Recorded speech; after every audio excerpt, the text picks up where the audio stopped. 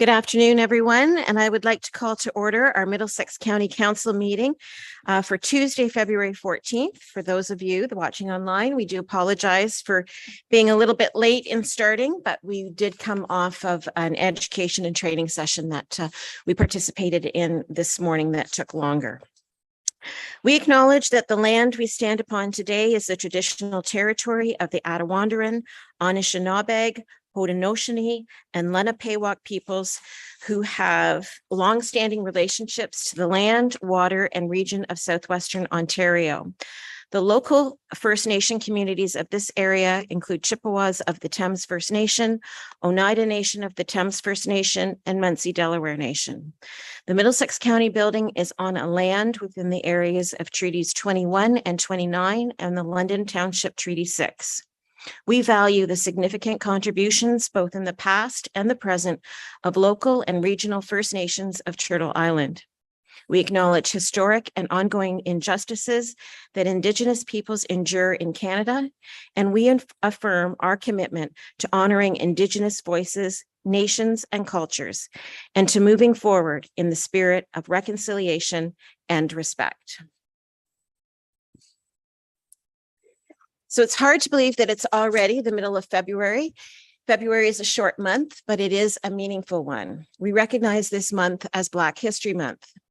This year, the theme is Ours to Tell, and the theme represents not only an opportunity to engage in open dialogue, but also allows for a commitment to learning more about the stories of Black communities in Canada, and the stories that they have to tell about our histories, our successes, sacrifices, and of course, triumphs.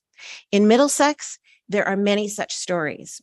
I do hope that you take the opportunity to engage and participate and commit during one of the many events in Middlesex this month, celebrating Black History Month.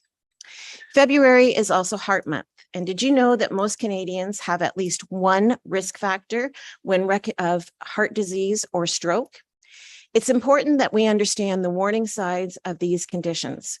Recognizing the signs and responding immediately significantly increases the chances of survival and recovery. Our cardiovascular health is heavily influenced by our physical and social environment. Our lifestyle choices have a major impact on the overall health of our hearts. Make changes to your lifestyle where appropriate. The Heart and Stroke Foundation raises awareness around the importance of cardiovascular health, and their website and local office offer many resources to support you as you choose to treat your heart with kindness. I cannot let today pass without recognizing the passing of Hazel McCallion. Today, she is being laid to rest. There has been no shortage of coverage and remembrance of McCallion. On behalf of the county, we have expressed and shared our condolences with Mississauga and her family. Some of us around this horseshoe have had the privilege of meeting her. Meeting here today officially, I do think that her career and contributions to Mississauga, our province, and I would go as far as to say our country, do deserve a few minutes of reflection. Hazel McCallion was a force, and there is no doubt about it. You don't get the nickname like Hurricane Hazel for no reason. She should be an inspiration to all. To young girls and women, she broke glass ceilings at a time when it was difficult to do so. To seniors, well, she certainly showed everyone that age should never be an excuse to slow you down and not to contribute. And to men, she showed that she had a valuable voice and could work with anyone. Hazel was famous for some great quotes, and I'll leave you with a couple that I hope will inspire you as she has inspired me. I dare say that we will never see the likes of her again around an elected table. So some of the quotes that resonated with me are, I'm not saying all seniors should be running a city or running a business, but I am saying that seniors are good for a lot more than simply running a bath, baking cookies, or babysitting grandchildren. I say it the way it is. I don't play around. That has been my success, in my opinion, for Mississauga. And you've got to stand up for what you believe in, which I always have. And I think that we can all agree that she did, and hopefully she will inspire us to do the same. So thank you, Hazel, for giving of your time. You certainly did have a life well lived. Is there any disclosure of pecuniary interest? Okay, seeing none. You'll notice a couple changes to our agenda. We've cleaned it up a bit through our procedural bylaw. So one of the new items that we have to do is approve the agenda. So I asked for a mover and a seconder to approve the agenda as presented. Councillor Grantham and Councillor McGuire. All in favor? And that's carried. We have two sets of minutes in front of us, and the first one that I would ask us to approve as presented, unless there is any changes that need to be made. Those, of course, are the minutes from the county council meeting and the committee of the whole meeting on January 17th. A mover and a seconder for those, please. Councillor Smybert and Councillor Ropp. All in favor? And that's carried. And then for the visioning session on January 17th, a mover and a seconder to approve those as presented. Councillor Brennan and Councillor DeVete. All in favor? And that's carried. On to new business. We do have a delegation today, and I am pleased to be able to welcome to join us this afternoon is Tony Camiso, our regional manager with Intact Public Entities. Many of us know Tony, and it's great to have you with us here this afternoon to share with us a municipal insurance overview. So over to you, Tony. Got it. Thanks, buddy. Thank you, Madam Warren. My name is Tony Camiso. I've been in the insurance industry for 15 years and 10 years as a regional manager for Intact Public Entities. In 2019, Frank Cowan Company was purchased by Intact Insurance. So we are now complete the full rebrand of our company. I wanted to thank the warden and council and staff for giving me the opportunity to do this delegation in person. Fortunately, over the last 2 years, or unfortunately, I should say, we've had to do a lot of these meetings via virtual in some capacity. So this is great to see all your faces in person. The purpose of me coming today is to give council a very high level overview of your insurance program that the county has insured with Intact Public Entities. Just to give council an idea, there's 12 different insurance policies that renew and expire on June 1st of every year. It encompasses over $90 million of assets and 69 licensed vehicles, as well as liability operational protection policies in place there as well. The first slide I'm going to highlight on involves the climate. And I usually save this slide for the end of my presentation, but I thought it'd be good to start with it because this is something that every insurance company is now talking about, and that's our shifting weather patterns. And what was really unique about 2022 was the insurance industry suffered $3.1 billion of catastrophic losses. So that's the third time in history that we've surpassed that number. And what's unique is in 2022 is the weather-related losses were happening all over Canada. There wasn't just one particular event that caused a particular accident. So, for example, in 2016, we had the wildfires in Fort McMurray. Before that, in 2013, we had the floods in Alberta and the GTA. But in 2022, we had hurricanes on the East Coast. We had flooding in the West Coast. The prairies had windstorms like never seen before. And even here in Ontario, and this windstorm, which happened over the May long weekend, affected some of your communities. We had this wild windstorm that basically ripped through the most populated area in Canada. Our office alone had over 93 claims. So very significant changes in the weather, which is something that, like I say, every insurance company is paying more attention to. I think the first time I came to council, I was warning everyone about cyber liability, and here I am 10 years later warning you about something else. So just something to keep in mind. The next slide deals with social inflation. And what I liked about this slide is 9 out of basically 10 car accidents is going to have some type of legal representation. And this goes to the point where we as a society become much more litigious. So in any event, there is an accident or a loss, there's a good chance that the municipality, or in this case, the county, is going to be seen as a target with deep pockets. And in that case, there could be future litigation in the future. And this slide really just goes to show you that we noticed a trend, and that statistic proves that it's continuing moving through into 2023. So I mentioned earlier to council, there was 12 different policies that renew and expire on June 1st. I'm only going to speak to 5. And the reason is that these are the 5 policies that pertain specifically for members of council. These are policies designed to protect you as an individual while you're serving your term. So the first policy is the general liability policy. And this policy will agree to pay against or to defend allegations against you as a counselor. It also will defend employees and volunteers of the county as well.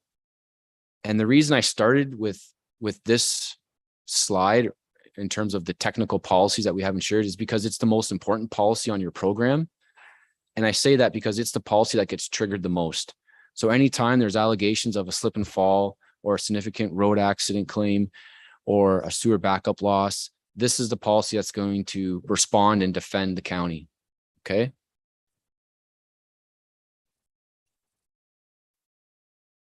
Marcy, can we flip right to the non-owned automobile slide? One more, please. Next one. One more. Right on. The non-owned automobile policy, it serves to remind staff that anytime they're renting vehicles, this is the policy that would offer some protection as long as that rental is under 30 days. The reason I bring it up to council is if you are driving your personal vehicle for county business and you're involved in a serious accident, you're going to report that claim to your personal insurer. If the accident was significant enough and it exhausted your policy limits on your personal automobile policy, you would have access to this policy that the county carries.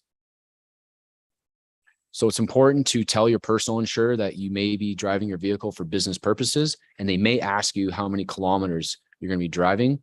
So it may be worth some time to inform them of that to prevent potentially not being covered for a claim. The next policy I want to talk about, Marcy, is it's titled accident.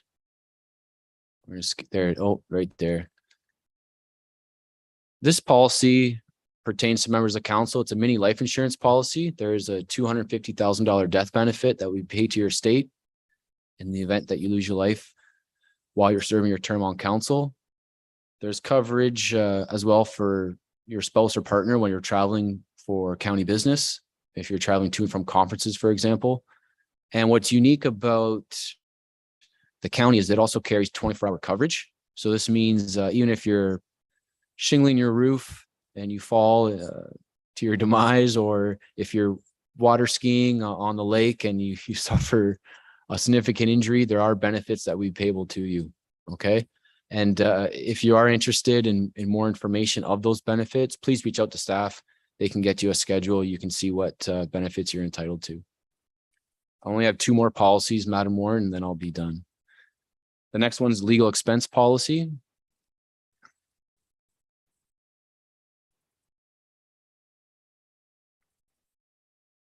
So this particular policy would defend an individual counselor if they were actually charged under statute law. So your general liability policy is going to protect the corporation, protect its employees, the volunteers, and council if there's a bodily injury or property damage allegation. But if you're actually charged under statute law, the legal expense policy would reimburse the legal fees in order to defend those allegations. There's a limit of $100,000 and an aggregate of $500,000. I think that was actually the last slide that I wanted to specifically mention, Madam Warren. I know we're already a little bit behind schedule, so I want to respect your time and everyone else on council's time. Okay, we do appreciate that overview, Tony. At this point, I would ask, are there any questions from council? Councillor Robb. Thank you. Through the warden to Tony, it's more of a general question of the increases that we've seen the last few years, do you see them slowing down, or do you think that's just a wave of what's going to be happening for the next few years?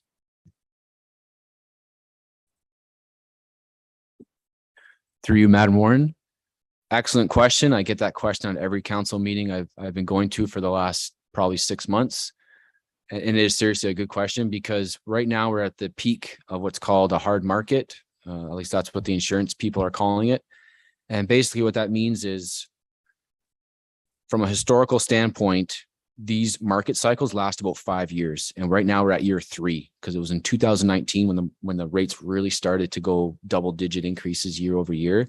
So we're at the peak of that market cycle, and you're going to start to see a slow decline in what the insurers are demanding in terms of rate. The question that I deal with daily is, what coverages do we maintain in place to maintain our brand recognition for having the most superior, most comprehensive, robust product available? And what's unique about our program is that we offer full risk management services, something that no other public entity insurer does. And those services are automatically built into that program. So the increases, although year over year, have, like I said, they've peaked, and you will start to see a decline that is obviously subject to whatever your claims history is depicting at the time of negotiation. Any other questions for Tony? Okay, seeing none, I will thank you for coming this afternoon and this morning, being with us. We've certainly learned a lot from your presentations. I would encourage council that Tony, I can say, is very accessible. And so if you do have any questions, please feel free to reach out to him, because he is a good resource. So thanks very much for coming. And it was great seeing you in person. You're right. That was good.